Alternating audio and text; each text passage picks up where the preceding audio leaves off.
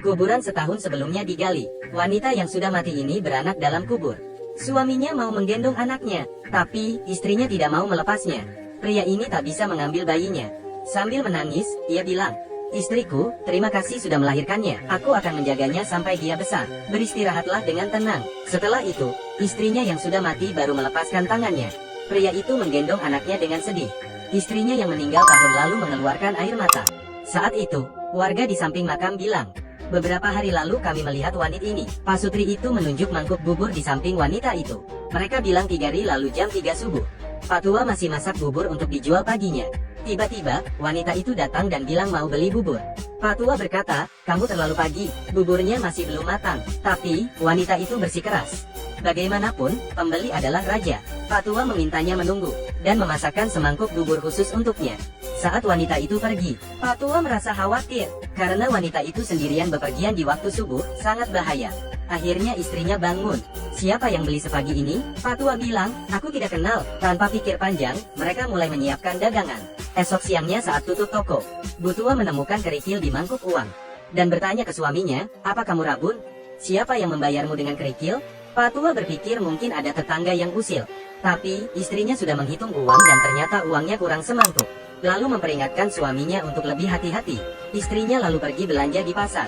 Biasa, emak-emak kalau ketemu tetangga pasti gosip. "Aku dikerjai orang barusan." Tapi, mana mungkin orang sini menipumu?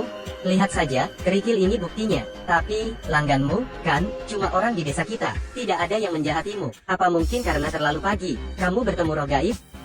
Mendengar hal ini, istri Pak Tua takut. Tetangganya menyuruhnya lebih hati-hati. Karena ketakutan, ia langsung pulang. Tapi, esok harinya pukul 3 pagi, wanita itu datang lagi. Pak Tua memeriksa uangnya, dan memastikan ia tidak ditipu. Pak Tua ke dalam mengambil kembalian. Tapi, wanita itu sudah hilang. Pak Tua bingung karena wanita itu hilang. Meski dipanggil, ia tidak datang. Pak Tua merasa wanita itu aneh. Siang harinya, istrinya menghitung uang lagi. Dan ia menemukan kerikil lagi di dalam mangkuknya. Mereka berdua bingung. Istri Pak Tua ingat omongan tetangga. Pasti mereka diganggu roh halus. Mereka segera memanggil pendeta. Setelah diterawang, "Kalian bertemu hantu. Hantu ini wanita. Jam 3 pagi ia akan datang lagi." Pak Tua dan istrinya ketakutan. Mereka langsung teringat wanita itu.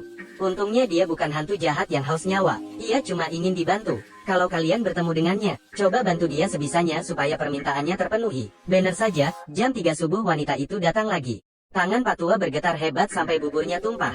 Wanita itu mengambil bubur dan pergi. Pak Tua dan istrinya sampai lemas. Karena mereka bertemu hantu. Tapi, mereka cukup nekat. Mereka kepo sebenarnya ada apa. Lalu mengikuti wanita itu diam-diam.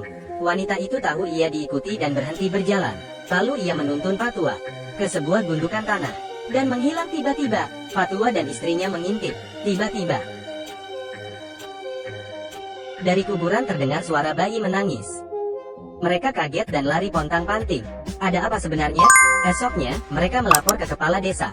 Kades tentu saja tidak percaya dan mengira mereka gila. Kalau ada bayi yang terkubur, pasti ia sudah mati sejak awal. Tapi, Pak Tua ngotot kalau ia mendengar suara tangisan bayi. Penjaga bilang ia kenal dengan suami wanita itu. Setahun lalu wanita hamil itu dan suaminya pergi jalan-jalan. Wanita itu lelah dan mereka mencari tempat berteduh. Malamnya, sang istri kejang-kejang dan meninggal seketika. Suaminya lalu menguburkannya di sana. Kades menyuruh penjaga mencari suami wanita itu untuk bertanya apa yang terjadi. Penjaga menjelaskan hal itu ke Long, si suami. Long kaget bukan main, karena barusan kemarin malam ia mimpi melihat istri dan anaknya di pinggir kasur, dan menyuruhnya menjaga bayinya. Long tersentak dari tidurnya. Setelah mendengar cerita penjaga, Long sadar ada yang tidak beres. Dia segera pergi ke makam istrinya, dan menyuruh orang menggali makam. Lalu, terdengarlah suara tangisan bayi. Setahun lalu, istrinya tiba-tiba kecang dan meninggal. Long mengira bayinya mati bersama istrinya.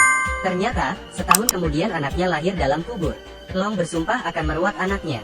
Setelah ia mengira semua sudah selesai, malam harinya, saat Long menidurkan anaknya, istrinya muncul lagi. Ia mencium bayinya dan menyelimutinya. Long terbangun karena kaget. Ia melihat hantu istrinya, lalu berkata kalau ia merindukannya. Istrinya menatap Long, sambil menangis menitipkan anaknya, lalu menghilang selamanya. 18 tahun berlalu, bayi itu tumbuh menjadi gadis cantik. Ia bernama Lin. Di suatu siang, saat Lin jalan-jalan, muncul dua hantu di belakangnya. Hantu itu bilang ia diperkosa dan dibunuh oleh preman. Tapi, preman itu malah menjebak pacarnya. sehingga pacarnya yang dihukum. Hantu itu berharap Lin bisa membantunya meringkus si preman. Lin menolak, tapi hantu itu membuntutinya. Penduduk desa melihat Lin bicara sendiri. Mereka mengira Lin gila, dan bergosip, gadis yang lahir di kuburan itu tampaknya gila. Mungkin karena ia lahir di peti mati, jadi bisa melihat makhluk gaib. Lin pulang dan bertanya ke Long apa benar ia lahir di kuburan. Lin juga bilang perihal hantu tadi. Long lalu menceritakan kisah ibunya yang menjadi hantu. Lin menangis terharu mendengar cerita ayahnya. Ia merasa kasih ibunya sangat besar. Long bilang kalau arwah sampai gentayangan. Berarti ada hal di dunia yang belum selesai. Mungkin ia punya dendam atau permintaan. Akhirnya, Lin menghadap ke kepala desa dan membongkar kejahatan preman dengan bukti cakaran di punggungnya yang ditimbulkan akibat perlawanan dari hantu tadi. Penjaga merobek baju si preman. Lin juga menyertakan kalung korban. Tapi, preman tetap menyangkal. Gadis yang dibunuhnya tiba-tiba muncul di hadapannya. Preman itu ketakutan dan akhirnya mengakui perbuatannya. Ia langsung dipenjara. Sementara pacarnya akhirnya dibebaskan. Di jalan, Lin bertemu hantu itu lagi. Masalahnya sudah selesai. Kini hantu itu bisa bereinkarnasi. Hantu itu berubah menjadi burung dan terbang. Lin mengucapkan selamat tinggal. Tiba-tiba, muncul banyak hantu di belakang Lin. Lin langsung kabur dari sana. Sejak itu, Lin membantu permasalahan para hantu dan mencari keadilan bagi mereka yang dijebak. Lin akhirnya menjadi orang pintar yang terkenal di desa.